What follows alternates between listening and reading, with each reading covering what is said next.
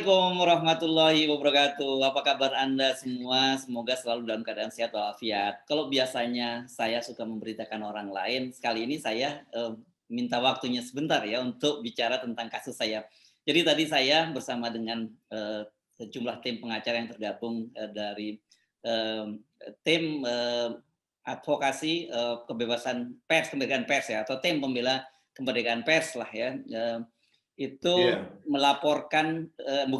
mendatangi Polda Metro Jaya untuk menyerahkan surat memohon agar proses perkara saya yang dilaporkan oleh DPD PDIP berkaitan dengan berita Ibu Megawati untuk dihentikan. Nah, ketua tim ini, tim pembela kemerdekaan pers ini adalah namanya Dr. Herman Kadir. Ini saya akan ajak Anda untuk tanya-tanya, jangan saya sendiri yang menjelaskan kasusnya supaya enak. Assalamualaikum Bang Herman Kadir. Waalaikumsalam warahmatullahi wabarakatuh. Ya, ini supaya enak Bang Herman lah sebagai ketua tim lawyer saya untuk menjelaskan. Jadi apa tadi yang disampaikan di Polda itu tadi Bang Herman? Jadi ketika kami melaporkan tadi ke pihak Polda, pertama kami menjelaskan kepada melaporkan penyidik bahwa surat ini kami sampaikan bahwa kami minta dihentikan pengarah perkara penyidikan ini gitu loh, minta dihentikan. Jadi artinya apa? Bahwa perkara ini secara hukum, secara undang-undang yaitu tidak dapat bisa dijadikan dasar untuk masuk ke ranah hukum gitu loh. Nah, karena kita udah tahu bahwa kita udah jelasin di dalam surat itu bahwa di sini ada undang-undang pers. Karena kami sudah ceritakan kepada penyidik bahwa Pak Hersbono Arif ini adalah seorang wartawan. Jadi selain wartawan senior, beliau juga apa yang dituangkan di dalam YouTube-nya itu merupakan produk pers yang tidak lepas dari kode etik jurnalistik. Itu artinya di situ. Berarti setiap produk jurnalistik itu artinya dia tunduk dan patuh pada undang-undang pers. Nah, itu kami sudah jelaskan di situ bahwa apalagi di dalam ada kerjasama MOU antara Kepolisian Republik Indonesia dengan Dewan Pers bahwa di dalam kalau mau ngambil langkah-langkah hukum terhadap wartawan atau terhadap pers, yaitu artinya harus ada langkah-langkah sesuai dengan di dalam MOU ini nomor 2 tahun 2017 ini gitu. Ada tahapan-tahapannya gitu, dari mulai hak jawab ya, ada hak apa gitu ya. Itu artinya di situ harus dilakukan, ditempuh dulu sampai ke persoalan perdata gitu loh. Tidak ujuk-ujuk langsung perbuatan pidana. Nah, jadi sudah ada nota kesepahaman antara Dewan Pers dengan Kapolri. Apa yang dilakukan rekan Hersbono Arif itu adalah merupakan produk pers. Jadi itu bisa dijelaskan lah nanti para ahli-ahli pers itu bisa dijelaskan di situ. Bisa dilihat lah dari YouTube. Apalagi di situ Mas Hersbono Arif pun sudah melakukan klarifikasi, bahkan sudah menyatakan bahwa Ibu Megawati juga sudah sehat gitulah. Itu artinya apa? Artinya semua tindakan hukum itu sudah dilakukan oleh Mas Hersbono Arif gitu, di mana langkah-langkah apa yang itu kan sudah dijalani semua gitu loh. Nah, terkait dengan laporan nih, kalau kita mau ngacu kepada ada lagi MOU ya, pers, ada Kapolri, ada Kejaksaan Agung, pemerintah, itu sangat jelas sekali bahwa di situ setiap produk pers itu harus melalui Dewan Pers dulu gitu loh. Jadi setiap ada pelanggaran hukum terhadap pers harus melalui Dewan Pers, nggak bisa langsung ujuk-ujuk ke pengadilan. Nah, kalau bicara di MOU itu jelas ada siapa subjek hukum di situ, harus jelas, pelapornya jelas.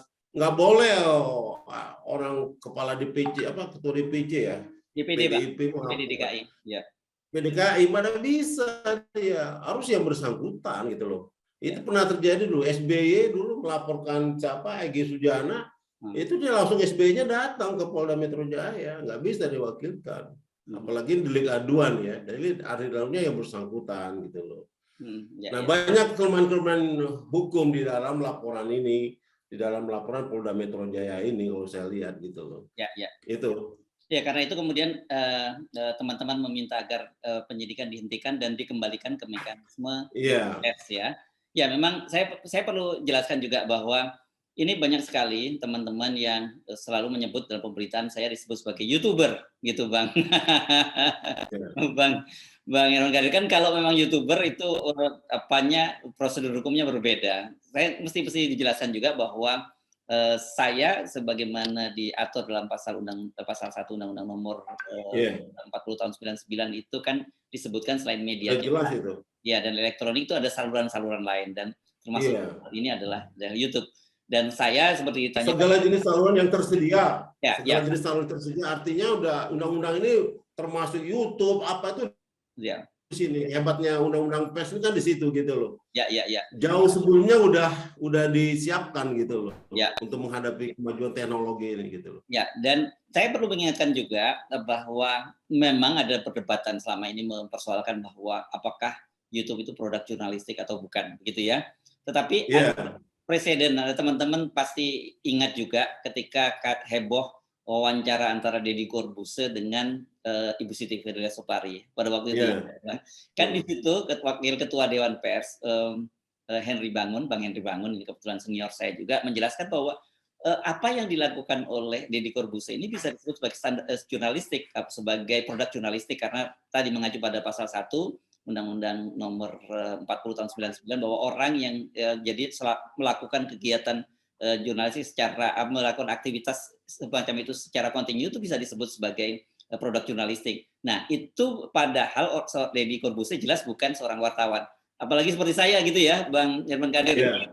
Saya memulai. Apalagi kan Mas Her sebenarnya ini kan ada anggota PWI-nya gitu, ada nomor anggotanya, kan bisa dicek di situ apa benar nggak wartawan atau bukan, kan bisa tuh. Iya. Betul, saya juga anggota PWI. Jadi sekedar share saja pada teman-teman bahwa saya yang tidak anggota aja bisa termasuk produk pers, apalagi anggota kan gitu. Iya.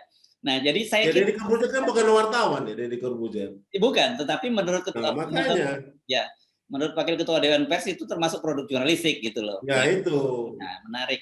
Nah, kebetulan soal saya ini, konten saya yang dipersoalkan yakni berita Ibu Megawati yang dikabarkan koma di rumah sakit itu, di RSPP itu, sudah juga dinilai oleh salah satu anggota Dewan Pers yakni Bang Ahmad Jauhar yang menyatakan bahwa saya sudah memenuhi standar ini produk jurnalistik dan memenuhi standar jurnalistik. Jadi ini saya kira ada bagusnya juga sih Bang dilaporkan begini supaya ada literasi pada publik bahwa hal-hal semacam ini jangan dilakukan lagi. Setiap kali ada sengketa baliknya ke Dewan Pers dulu, kan gitu ya Bang Herman Kadir.